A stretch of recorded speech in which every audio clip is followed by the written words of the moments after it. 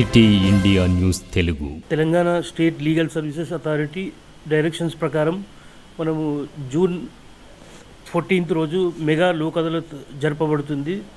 దీంట్లో ఇప్పుడు మనం లాస్ట్ టైం కూడా ఈ మహబూబ్ నగర్ యూనిట్కి వచ్చేసరికి 17,431 కేసెస్ డిస్పోజ్ చేయడం జరుగుతుంది.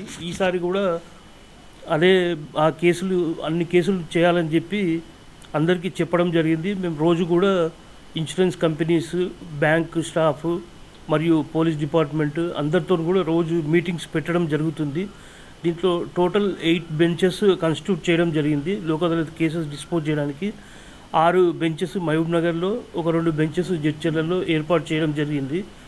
దీంట్లో ఏంటంటే ముఖ్యంగా మోటార్ యాక్సిడెంట్ కాంపెన్సేషన్ కేసులు మరియు మ్యాట్రిమోనియల్ కేసెస్, ఇంకా చెక్ బౌన్స్ కేసులు, కాంపౌండబుల్ క్రిమినల్ కేసులు ఇవన్నీ కూడా రాజీ కుదుర్చడం జరుగుతుంది. దీంట్లో ముఖ్యంగా ఏంటంటే దీంట్లో ఒకవేళ కాంప్రమైజ్ అయితే కోర్ట్ ఫీ అనేది వాపస్ ఇవ్వడం జరుగుతుంది.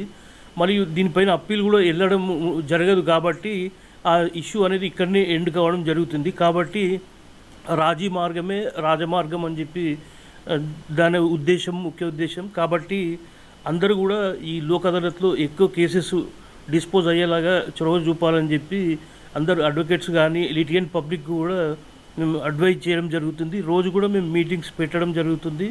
అందరూ ఆఫీసర్స్ కూడా రోజు స్టెప్స్ తీసుకోవడం జరుగుతుంది. మా లీగల్ సర్వీసెస్లో కూడా మీడియేషన్ అవన్నీ కూడా నిర్వహించడం జరుగుతుంది ఎక్కువ కేసెస్ డిస్పోజ్ చేయడానికి.